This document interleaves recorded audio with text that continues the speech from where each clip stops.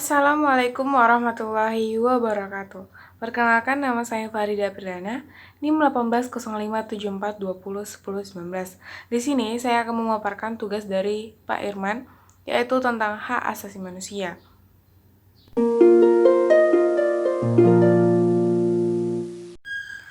Yang pertama yang akan saya jelaskan yaitu tentang sejarah hak asasi manusia. Di dunia barat, paling dahulu menyerukan hak asasi manusia, di mana berdasarkan sejarah hak asasi manusia, Inggris yang paling utama menyerukan. Tercatat di Inggris terdapat seorang filsuf yang mengungkapkan gagasan atau merumuskan adanya hak alamiah, yaitu John Locke pada abad 17. Sejarah perkembangan hak asasi manusia di dunia barat ditandai dengan 3 hal penting, yaitu Magna Carta, terjadinya Revolusi Amerika, dan Revolusi Prancis. Sejarah hak asasi manusia di Indonesia dianggap sakral, diperjuangkan sepenuh jiwa, serta sangat sejalan dengan kehidupan berbangsa dan bernegara. Indonesia telah ikut bersama negara lain untuk memperjuangkan hak asasi manusia, memasukkan rasa kemanusiaan dalam perundangan, sebab hal tersebut merupakan fundamental. Pancasila sebagai dasar negara Indonesia sepenuhnya mendukung dan menjunjung tinggi tentang hak asasi manusia.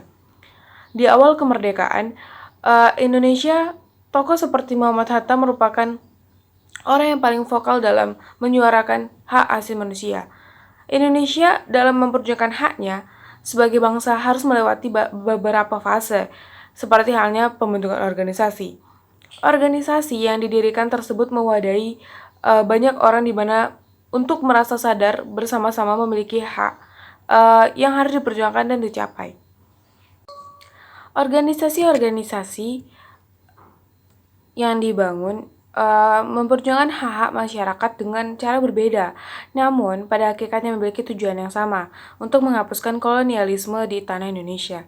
Sehingga dengan begitu masyarakat Indonesia dapat menjadi manusia yang seutuhnya karena hak kemanusiaannya terpenuhi. Pada tahun 1945 sampai 1950 merupakan pasca lepasnya Indonesia dari Belanda serta secara sah telah merdeka. Pada masa ini, Indonesia memperjuangkan hak asasi manusia yang berkekuatan dengan masalah-masalah kemerdekaan serta mengatur, menyampaikan, dan mengemukakan pendapat di muka umum. Pada tahun 1950 sampai 1959, masa di mana hak asasi manusia mulai berhasil tegak, ditandai banyaknya partai politik dengan ideologi masing-masing, serta pers memiliki kebebasan dalam menyampaikan fakta yang terjadi. Pada 1966 sampai 1998, masa di mana Presiden Soeharto menjabat 30 tahun lamanya. Pada masa pemerintahan ini lebih bersifat defensif serta pers tidak diberikan ruang untuk bergerak. Di masa ini juga banyak terjadi pelanggaran-pelanggaran hak asasi manusia. Pada 1998 sampai sekarang, masa di mana pasca reformasi, jatuhnya kekuasaan rezim Soeharto dan berusaha mengkaji tindakan-tindakan yang dilakukan pada masa Orde Baru, jangan sampai terjadi lagi.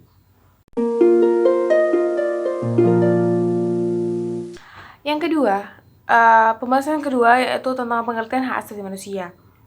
Jadi, hak asasi manusia dalam bahasa Inggris yaitu human rights. Jadi, hak asasi manusia adalah konsep hukum normatif yang menyatakan bahwa manusia memiliki hak melekat pada dirinya. Karena ia adalah seorang manusia, hak asasi manusia berlaku kapanpun, dimanapun, dan kepada siapapun, sehingga sifatnya universal. Hak asasi manusia pada prinsipnya tidak dapat dicabut, juga tidak dapat dibagi-bagi, saling berhubungan dan saling bergantung. Terus, pengertian hak asasi manusia menurut para ahli. Hak asasi manusia sudah memiliki cabang ilmu sendiri untuk mempelajarinya. Untuk itu ada beberapa pengertian hak asasi manusia dari para ahli yang mengemukakan cabang ilmu tentang hak asasi manusia. Yang pertama yaitu hak asasi manusia menurut John Locke, di mana John Locke mengatakan bahwa hak asasi manusia adalah hak yang langsung diberikan Tuhan kepada manusia sebagai hak yang kodrat. Oleh sebab itu, tidak ada kekuatan di dunia ini yang bisa mencabutnya. Hak asasi manusia memiliki sifat yang mendasar dan suci. Selanjutnya yaitu HAM menurut Jan Matterson. Jan Matterson adalah anggota Komisi Hak Asasi Manusia di PBB. Menurutnya, HAM adalah hak-hak yang ada pada setiap manusia, yang tanpanya manusia mustahil menjadi manusia. Terus yang terakhir yaitu HAM menurut Miriam Budiarjo. Menurut Miriam Widiarjo, HAM adalah hak yang dimiliki setiap orang sejak lahir di dunia. Hak itu sifatnya universal karena hak dimiliki tanpa adanya perbedaan, baik itu rasa, jenis kelamin, suku, dan agama. Pembahasan selanjutnya yaitu tentang macam-macam hak asasi manusia. Yang pertama yaitu hak asasi pribadi, di mana hak ini merupakan hak yang berhubungan dengan kehidupan pribadi setiap orang. Terus yang kedua yaitu tentang hak asasi politik. Hak asasi politik merupakan hak asasi dalam kehidupan politik seseorang. Terus ada hak asasi ekonomi. Hak ini menyangkut hak individu dalam hal perekonomian. Terus adanya hak asasi peradilan. Jadi di hak peradilan ini dapat memperoleh perlakuan sama dalam tata cara peradilan. Terus hak asasi sosial budaya, di mana hak ini terkait dalam kehidupan masyarakat. Yang terakhir yaitu hak asasi hukum, di mana hak ini untuk mendapatkan kependudukan yang sama dalam hal hukum dan pemerintahan. Seperti contohnya adalah mendapatkan perlakuan yang sama dalam bidang hukum dan pemerintahan menjadi pegawai sipil, perlindungan, dan pelayanan hukum.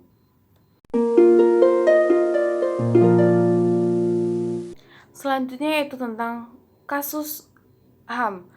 Yang paling marak terjadi yaitu yang sering kita dengar yaitu tentang terbunuhnya aktivis hak asasi manusia yaitu Munir Said Talib, di mana Munir ditemukan meninggal di dalam pesawat jurusan Jakarta Amsterdam pada 7 September 2004. Saat itu ia berusia 38 tahun. Munir adalah salah satu aktivis hak asasi manusia paling vokal di Indonesia. Jabatannya terakhir adalah Direktur Eksekutif Lembaga Pemantauan Hak Asasi Manusia Indonesia, imparsial. Saat menjadi Dewan Kontras, namanya melambung sebagai seorang pejuang bagi orang-orang yang hilang diculik pada masa itu. Ketika itu, dia membela para aktivis yang menjadi korban penculikan tim Mawar dari Komando Pasukan Khusus Tentara Nasional Indonesia. Setelah Soeharto jatuh, penculikan itu menjadi alasan pencopotan dan Danjen Kopassus Prabowo Subianto dan diadilinya para anggota tim Mawar. Namun, hingga hari ini kasus itu hanya mampu mengadili seorang pilot maskapai Garuda, Polikarpus Budihari Prianto.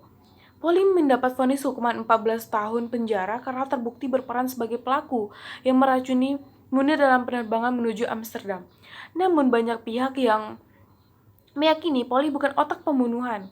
Belum juga selesai pengungkapan kasusnya, Poli malah dibebaskan bersyarat sejak Jumat kemarin. Maksudnya sejak Jumat pada tanggal 28 bulan 11.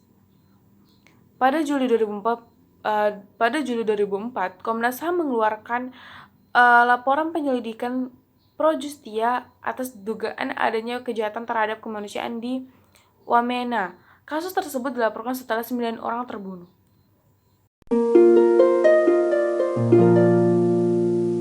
Pembahasan selanjutnya yaitu tentang upaya pencegahan pelanggaran hak asasi manusia di Indonesia. Mungkin bisa dilakukan dengan upaya pendekatan keamanan dengan mengedepankan upaya represif menghasilkan stabilitas keamanan yang sangat stabil, namun dianggap banyak sekali menimbulkan terjadinya pelanggaran hak asasi manusia. Hal ini tidak boleh terulang kembali. Untuk itu, supremasi hukum dan demokrasi harus ditegakkan. Pendekatan hukum dan dialogis harus dikemukakan dalam rangka melibatkan partisipasi masyarakat dalam kehidupan berbangsa dan bernegara. Perlunya lebih memberikan desentralisasi melalui otonomi daerah dengan penyerahan berbagai kewenangan dari pemerintah pusat kepada pemerintah daerah. Perubahan paradigma dari penguasa yang menguasai dan ingin dilayani menjadi penguasa yang menjadi pelayan masyarakat.